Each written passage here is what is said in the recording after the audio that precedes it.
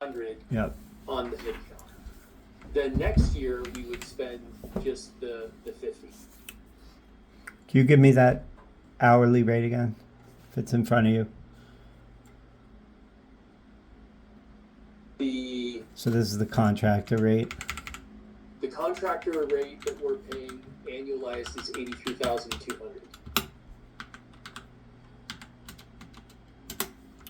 Yeah, annual. Okay. And then is 50 representative of the personnel cost once That they're would be the okay. that would be the annualized amount of an FTE. No, I got you. So now and now I see what you mean with it being a little. So how did you? Because I can use the methodology on these. So contractor, we're going to divide each of them by 12, and that's going to be a monthly rate. And then for 8 months, and then 4 months for FTE. Is that kind of where you're going? So, well, everyone, like I said, every one of these has got a different.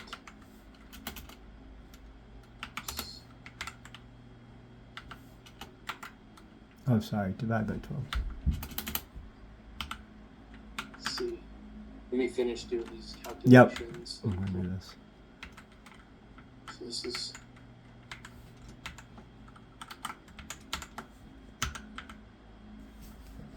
So this is 8. So we're going to do 8.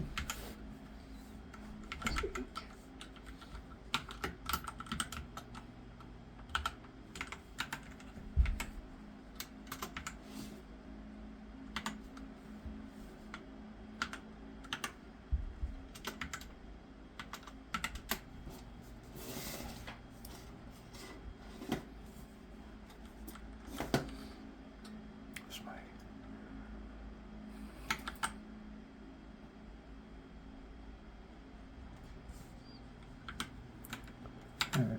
I'll check.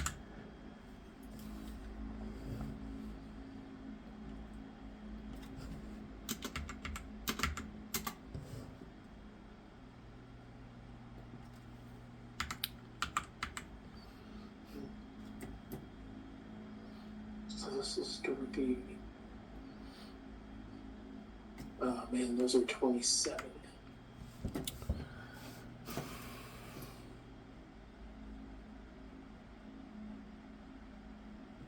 Okay, we can fix those too. Shit. So 5. So 4.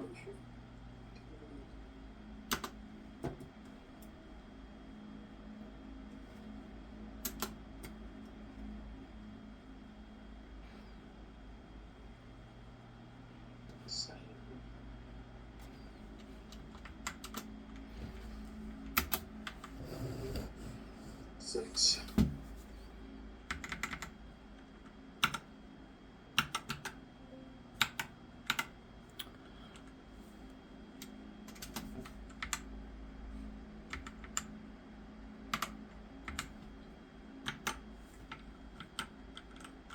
This is going to be.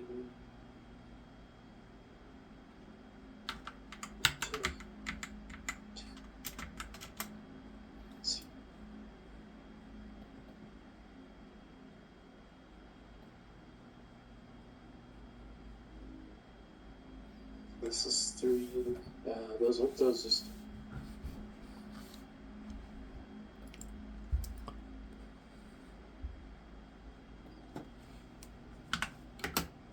We're already at 3-1.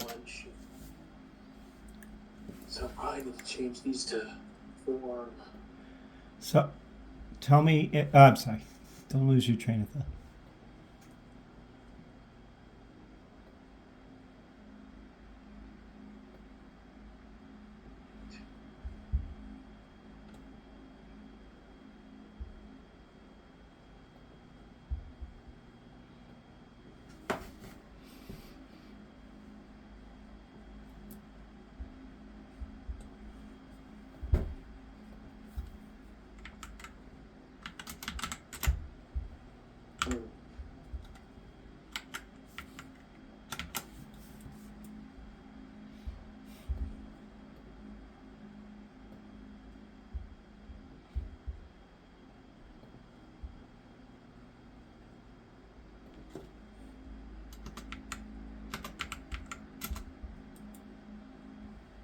So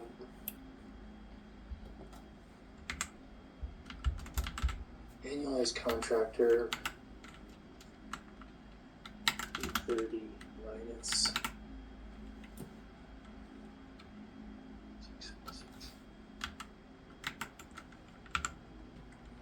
Yeah, okay. So the overall savings, I had calculated right, but the way it's distributed between payroll and outside services is a bit different. Would it be easier if I show you what I just put together? Yes. And before I switch off, just for my sanity check, what I was kind of doing. So I had the 83 for this very specific cost center, for this specific FTE, this single one. You said 83,200 for the contractor cost, 5397 for the payroll cost. So per month, that's a monthly cost, 83 contract and 42 payroll. So if we had 8 months of the contract cost and 4 months of payroll, so that would mean a bad news of 5K.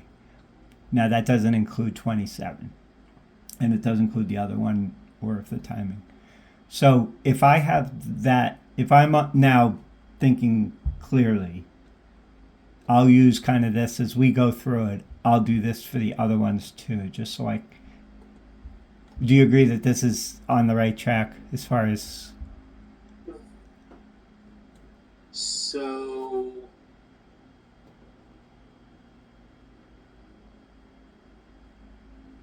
I'm with you all the way up to the monthly amount. Okay. And then what's the 55 and the 16? The 55, whoops, so this is the monthly amount times 8. So and this is 4. It would be the other way around. Good. We're gonna make this change in April 1st, assuming we can get the headcount approved and get somebody hired by then, right? That's the Yep. so yeah, it would be 6933 times. Yeah. So that's a good news now of 39. 4. Yeah, and then the other one's times 8. Yep. Yep. Times 8 times 4. Awesome. Okay. Thank you. That'll help me as we go through this. I won't have to. I can make notes on almost with the formulas. All right. Let me. So let me ask you this question. Yeah. For the amount that we're going to forecast for outside services, is it fine just to put it in the same cost center where the headcount will eventually go? The only Well, that's. I Go ahead. I don't know. I think almost to put. It's a good question. I said no just because of POs and things, but we're kind of, and I mean this facetiously, but we're kind of making it up anyway. Like we're kind of making sure everything. So let me get back to you on that, but I think I could see from a reporting standpoint, it would be helpful to have it just where the payroll is, because then you're looking at one node, like in the same area. So I guess the other question, I'll just share one more time or more, but just from this context is where is it? If there are changes, actually, now that we're doing it properly, it is going into that cost center, right? So the payroll is definitely going there. Right. So I'll just track the other one just so that I'll just put them both in the same place, just so we can keep track of it. It's for sanity. Yeah, I mean, the only thing that could happen, I suppose, is the invoice comes in, the actual gets applied to the cost center where it had always been applied. Yep. So we end up with what looks like being over budget or over forecasted amount in that cost center, but it's offset in the cost center where the headcount's going to eventually end up. And that's something, because of the visibility of this whole thing, that's something I'll track as part of the close process. Yeah, definitely. Okay. Month by month. All right. I'm going to stop sharing. Now, are you okay on time? Let me just look and see. Yeah, Okay. All right. Oh, shoot. I missed a meeting, but that was already a long time ago. Hold on.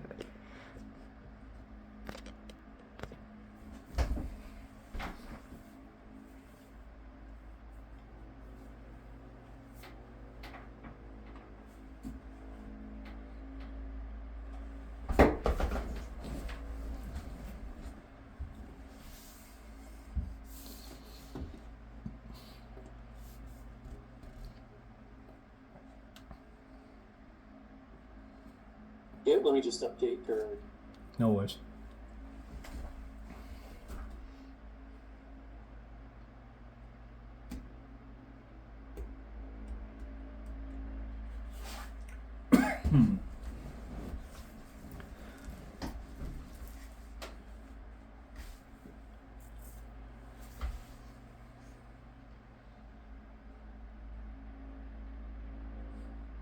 Okay.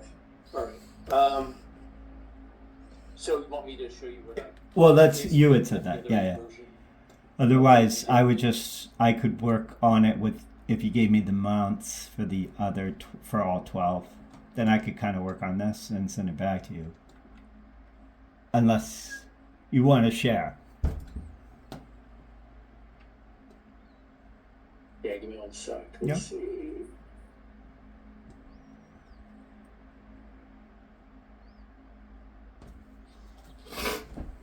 Yeah, we can.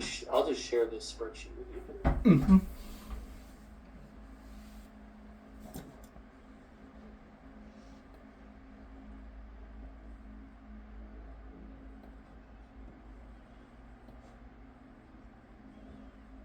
Let me sort of hide the...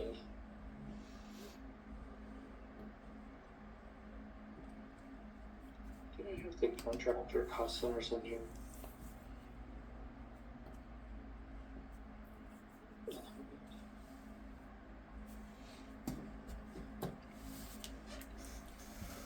So I just gave you access to this. Oh, perfect. Okay. And I have this filtered down to just the FTE conversions. Can you see my screen? I can. Sorry, hit mute. I can. You can't? Okay. I can. Yep.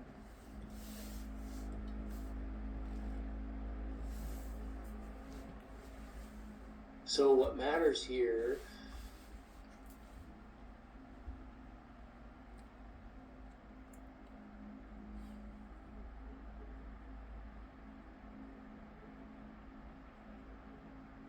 scroll to the right, I just added these columns. Mm-hmm. Right, so this is just looking at the conversion date, which in these, since it's already 3-1, we're gonna have to, oops, those are 27, I keep screwing that up. Okay, so I think we're good now. Okay. So if I look at contractor, it's taking column K, which is the annualized contractor amount, Mm-hmm. multiplying it by the number of months this year, 4. I guess that would be saying at the end of April, Yeah, right? May 1st. Definitely. So, that's sort of, I guess, the conservative bet. Yeah. Because that gives us two months, basically. So 4, 4, 4, 4. So I think actually what we're saying is 5, 1. Right. That one I think might already be done. I'll have to check that. Okay. So we might be able to do better than this, but so taking that contractor annualized amount, Yep. multiplying it by 4,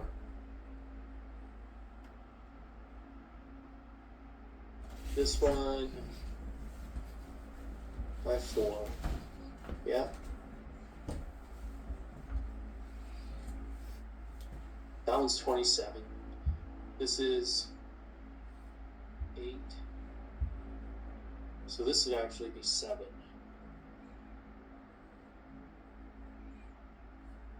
Which would then make this 5. Right? For 8-1. 9-1 would be 8. 4.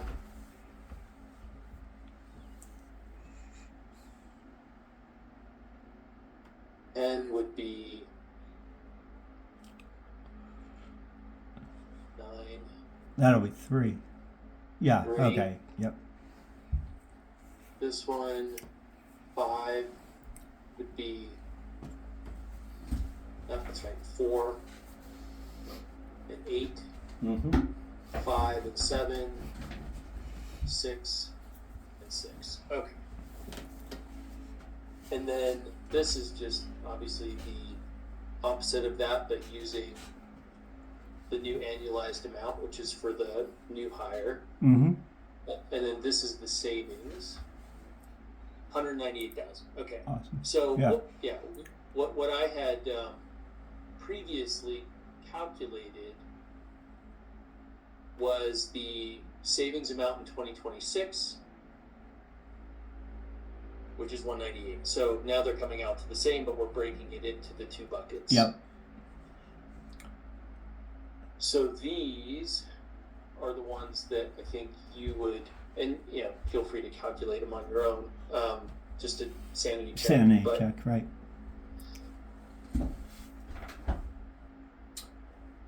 We would be looking at 422. Is that still going to get us the right numbers? Well, 6.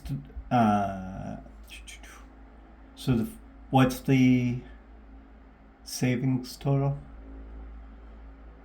200K. I mean, the 442 plus what we have in as non-savable gets us to 1.03. And that's not, without.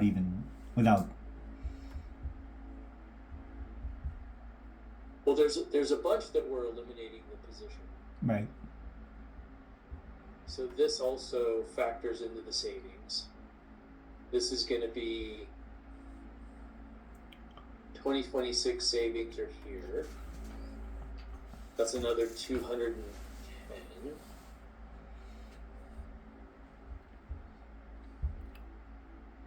306 in annualized savings. So now you're looking at 210 Plus 200. That's 400,000. Yep. And then there are things that aren't actually accounted for in this spreadsheet, which are project outside services spend that just isn't going to be renewed, and that would give us another probably, I forget what the total was, but is that the APAC? another 200K. Sorry, what's that? Is that, I was going to say, is that APAC or is that just littered within? Like just It's just, it's mostly going to be savings in, I think, U.S. cost centers. Great. So, the 2026 savings are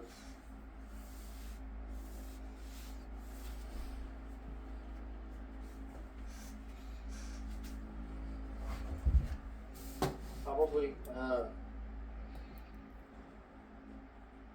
me see, where did I put that?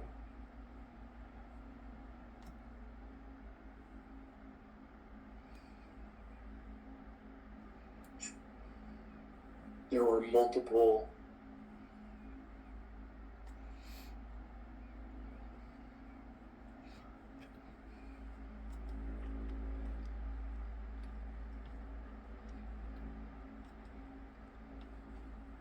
let me just share it real quick.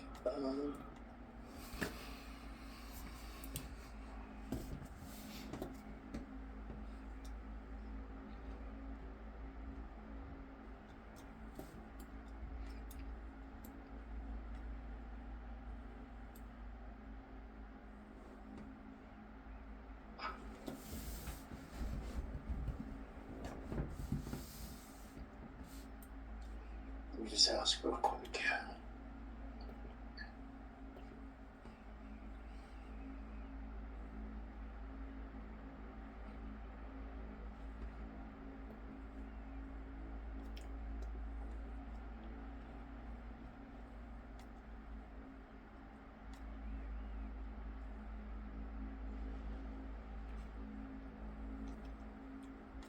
So, what do I need to ask?